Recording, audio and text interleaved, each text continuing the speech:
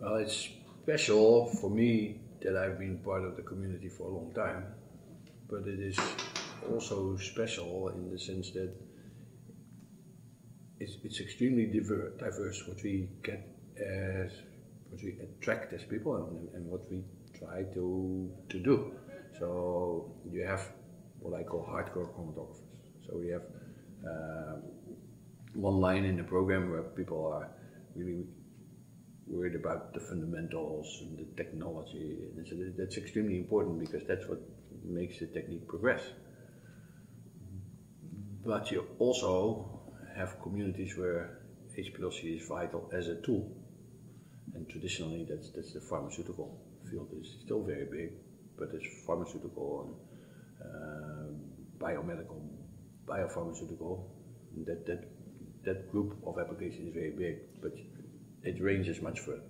The forensic science and the modern system biology, all these fields profit from it. It's dangerous to make predictions. Let's say the biggest meeting in recent history was in Budapest. That was 1,285, top of my head number. That would be a nice target. And that shows that the meeting is still alive. And it shows it's not economic good times, because a lot of meetings are suffering. But if we can prove that we can do it, it means that it's very much alive. The field, the formula of the conference. I worked in industry a long time, but I still always felt like a scientist when I was in industry, and I was happiest when I could do some science that was relevant for industry, to find that mix. At some point that became difficult to concentrate on science and not having to do other things. And that's a bit of the trend. I hope that there will be a chance for people to have a career in industry that is science related. It doesn't have to be like an academic career, but it should be an opportunity also in industry to do new things and to publish, to keep it exciting. We have at the HPLC meeting for the first time an award for an industrial scientist. It's instigated by Waters to commemorate Uwe Neuer, who was a brilliant chemist and researcher, and he was in industry. His career is in industry. The first of these awards goes to Jack Kirkland, who is the epitome, is that a good English word, of the industrial scientist. Jack's career in industry is probably like 55 years long now. It's not the example, but he's legendary, and it's touch on wood, but Jack is still coming. We have some bad luck with other very senior people, but Jack is still on our list. I think it's going down. It's been going down over many years. For example, at the HPLC meeting, there used to be bundles of industrial researchers from pharmaceutical field. And pharmaceutical is not a strong field, so you can imagine that there it's going down. I think the trend is that people in industry cannot spend too long on one subject. So you have excellent people there, but the people that also qualify as top specialists, and the industrial people that you find lecturing at international meetings like ours, I think that's getting smaller, and we do our best to find them. But I think the number is getting less. It's for many industries, it's not many, at least some industries, it's important to groom them. Like I mentioned Uwe Neuer. Gerrit Rozing is another one at Agilent. People like that are also catching a lot of attention for your company. And we have some of these from different manufacturers also in our program, so they still exist, but it's a rare breed. People that are invaluable for their company, and at the same time they are respected as scientists by the community. So if you can be a really good scientist and really valuable for your company, that's a unique combination. So it's a win-win situation, but it's tough because you can have people in the industry that only focus on science. If you do that too much, you may end up in academia, like me. And on the other hand, you have people that are really company people, and they are very valuable inside. But I know some people that,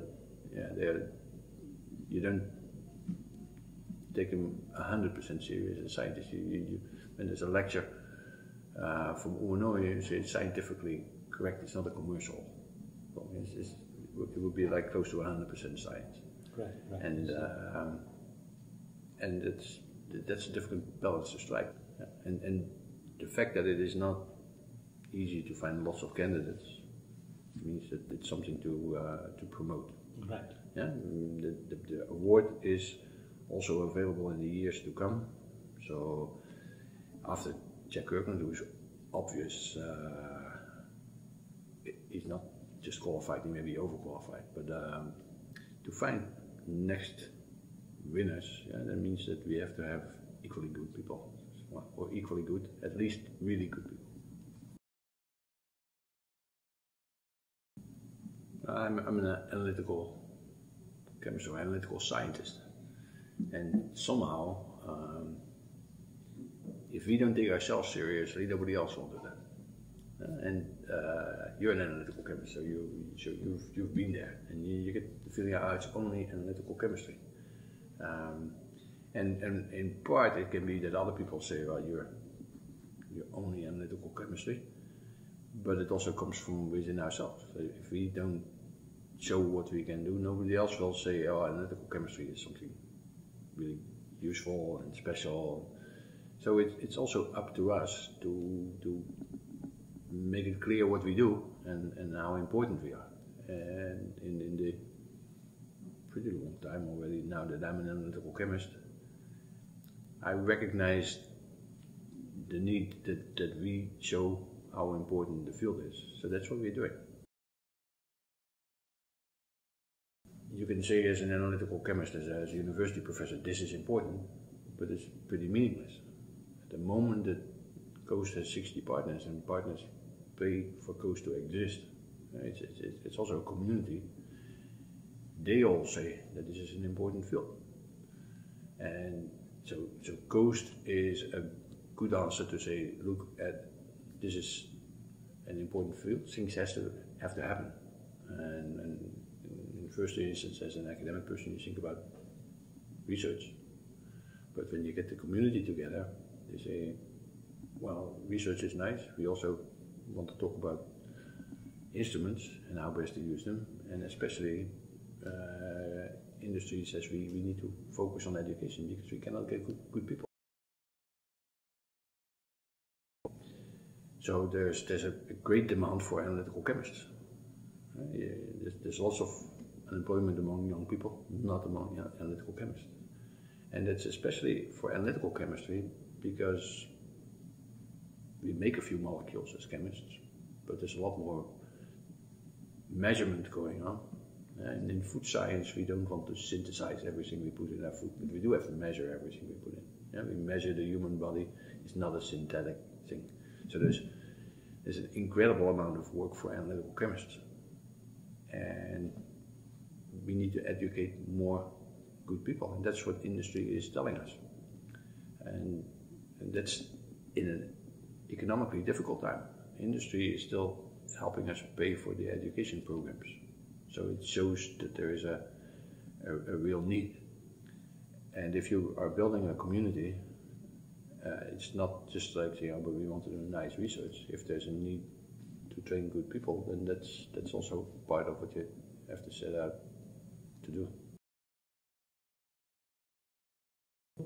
Yeah, we should start earlier, much earlier, to get kids interested in science. And I think science is much more fun now than it used to be. We didn't have Discovery Channel when I was a kid, and I don't watch it a lot, but I've seen some of the shows, and it's things like that are exciting opportunities. So we have to get kids interested in science as a broad field, and then in that getting them interested, I can imagine that measurement can play a role. The NFI, the forensic industry, made big headlines the other day by analyzing 50 picogram samples. Now, for some kind of samples, that's not a big deal. For some other kinds of samples, it's pretty difficult. Yeah? They were using, I think, 1 billionth of a sugar cube, and then 50 types as the example. Now, sugar would be very difficult to analyze at that level, wouldn't it? Yeah? DNA is easier than sugar. But just the idea, yeah, it shows that measurement scientists can be part of the excitement. Working in the analytical field, then it's also good for you if the analytical field is strong. You can try to be recognized by a small group of people, and sometimes hit the ceiling. Also, you hit the ceiling somewhere. But one thing is, it's difficult for us to compete to attract students. If you want to educate good students, you also have to have good programs, and you have to make your program attractive relative to other programs. So it's I think if you want to be, if you invest in the community, you also invest in yourself. I think that's probably the bottom line.